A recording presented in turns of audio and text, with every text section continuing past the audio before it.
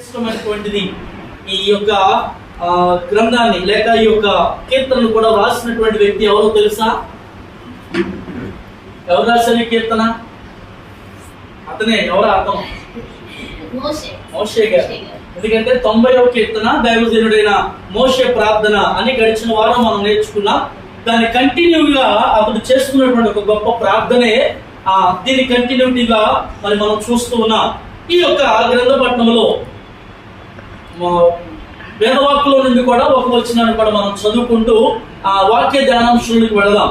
మరి గడిచినటువంటి వారంలో దేవుని మహాకృపను బట్టి మరి ఆ దేవుని యొక్క సన్నిధానంలో మనం అందరం కూడా ఆయన స్తుతించాం, ఆరాధించాం. ఇంకా 2 వారాల్లో మరి ఒక నూతనమైనటువంటి ఆ నెలలోనికి మనం వెళ్ళబోతూ ఫిబ్రవరి మాసం ఇంకో 2 వారాల్లో మనం ఎదుర్కోబోతున్నాం. తద్వారానే ఒక అద్భుతమైనటువంటి కార్యాన్ని దేవుడు మన దృష్టిలో తీసుకొస్తున్నారు. దేవునికి స్తోత్రం కలుగునగా. మరి చెప్పాను కదా, ఈ నెలలో 30-31 ఉపవాస ప్రార్థనలు ఉన్నాయి మందిరంలో. దయచేసి జ్ఞాపకం ఉంచుకోండి. 1వ తారీఖు మరి ఆ బాప్తిశాల కార్యక్రమం ఉంది కనుక దైవజనులు రావడానికి సిద్ధంగా ఉన్నారు. ఎప్పుడెప్పుడా కనుక మనం కూడా సిద్ధపడదాం. వారు వచ్చినప్పుడు మనం కూడా ప్రార్థనలో ఏకీభవిద్దాం. 2 దినాలు ఇక్కడ ఈ స్థలంలో ఉపవాస ప్రార్థనలు జరుగుతాయి.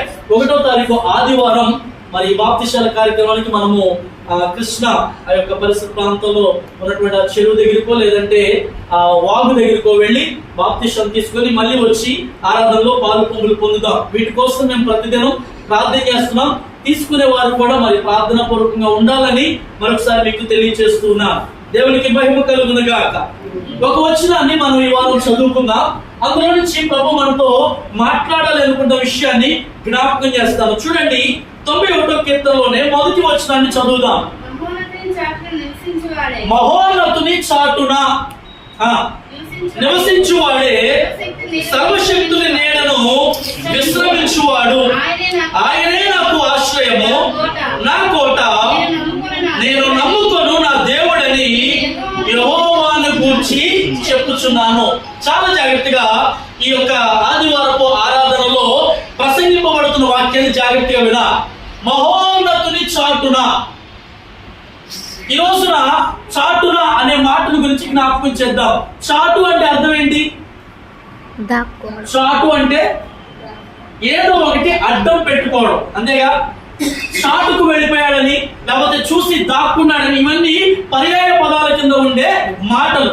ఈ రోజున దేవుని వాక్యం మనకు నేర్పిస్తున్న మూల పాఠం ఏమిటంటే చాటున అనే విషయాన్ని మనం జ్ఞాపకం చేసుకుంటే, ఎందుకు చాటులోకి దాగులోనికి మనుషులు వెళ్ళిపోతూ ఉంటారు చెప్పాలి.